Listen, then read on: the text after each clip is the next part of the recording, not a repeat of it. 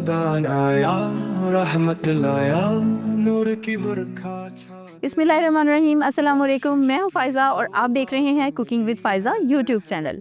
तो आज हम अपने चैनल पे बहुत ही मज़ेदार मीठी सी रेसिपी लेके आए हैं। जैसे कि आप जानते हैं कि ईद की आमद है और ईद हो और कुछ मीठा ना हो, ये कैसे पॉसिबल है। तो आज मैं आपको बनाना बताऊंगी कि किस तरह से हमने ईद को अपनी और ज़्यादा मीठा बनाना है। उसके लिए हम बनाएंगे बहुत ही मज़ेदार सी रेसिपी और वो रेसिपी है शाही खीर की। तो चलिए अपनी रेसिपी की तरफ चलते हैं।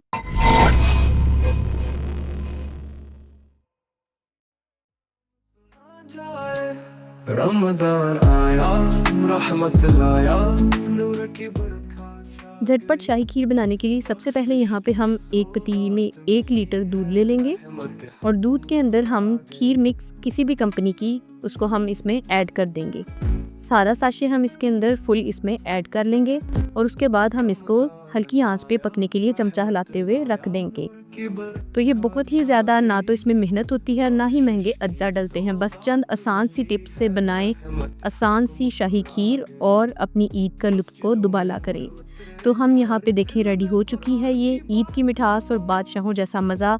ना ही ज़्यादा आपको काम करना पड़ेगा और ना ही इसमें ज़्यादा आपके बर्तन ख़राब होंगे। बहुत आसानी से आपने ये शाही खीर बना लेनी है। तो दूध की मलाइमत, चावल की खुशबू, खुश्क मेवाजात का जादू और ये ऐसी मीठी है जो हर बार आपका दिल जीत ले। तो यहाँ पे देखें कितनी मज़ेदार सी आसान सी चीज़ों से और कोई इसमें मेहनत आपकी नहीं लगेगी। छोटी बच्चियाँ जो बिगनर्स हैं वो इसको बहुत आसानी से बना सकती हैं। तो यहाँ पे देखें हमारी मज़ेदार सी शाही खीर रेडी हो चुकी है। आप भी इसे घर पे बनाएं और मुझे अच्छा सा फीडबैक ज़रूर दीजिएगा। और आप बताएं कि आपने इस ईद पे क्या बनाया। रहमत लाया, नूर की बरखा छा गई।